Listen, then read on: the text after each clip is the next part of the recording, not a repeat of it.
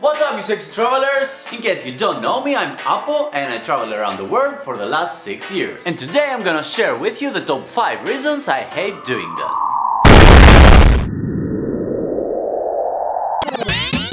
This is obviously difficult for me as travel is something that I definitely love doing and I would like to do it until I die. I had a really tough time finding those 5 worst things about travel, but eventually here they are, and without further ado, let me present them.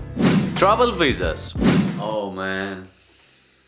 It causes me headaches only to think about it. Even though I'm extremely likely to travel on a Greek passport, which means that in most of the countries I would just go to the border, get the stamp and get in, visas are still the worst thing when it comes to travel. In some cases you even need to start preparing for it 2 months in advance. It's expensive, stressful, time consuming, and people at the embassies can be very rude, as they know they're holding you from the bolts. Once I even had to break up with my girlfriend at the time due to stupid visa issues. It's a complicated and heartbreaking story, so never mind. What really matters is that visas are bad. Worst thing number 2 is packing. While on the road, it's something that you do almost every day, so a logical person would assume that it's something that you get used to it pretty easy. Makes sense, right? No! The reality is far from that.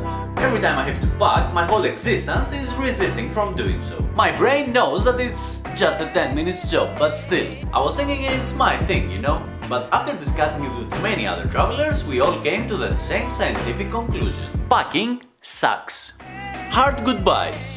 Don't even get me started on that. Whoever has traveled for more than 1 month knows that this is inevitable. You will meet amazing people on your way where you will have crazy adventures, love affairs, and generally share great moments together. After some time, as hard as it sounds, you have to say goodbye to them. It's this painful feeling in your stomach when you walk to the door, give them a hug probably for the last time, and then turn your back on them. They stay behind and you move on with your journey. That hurts, man. Jet lag. I don't think I have to explain anything on that, as we all agree that jet lag is extremely bad. But since you're still watching, you've invested on that video, so I guess I should tell you a bit more. Jet lag is some kind of disorder that occurs due to rapid long-distance flights. In simple words, when I flew from South Korea to Montreal, my body needed 2 weeks to recover and adjust at the new time zone, and during all that time I was constantly tired. Every day my body wanted to sleep at 7 PM and would wake up at 5 AM. 14 days. You definitely don't want this to happen to you.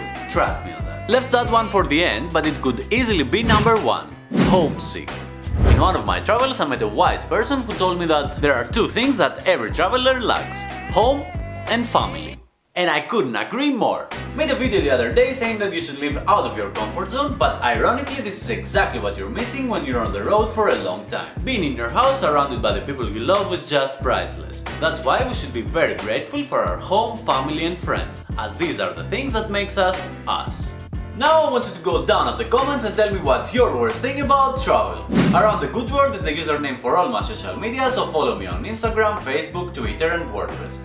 Top 5 best things about travel coming up next week, so be sure to subscribe to check that too. Always remember that spending less is travel more. Thanks for watching, be well and see ya!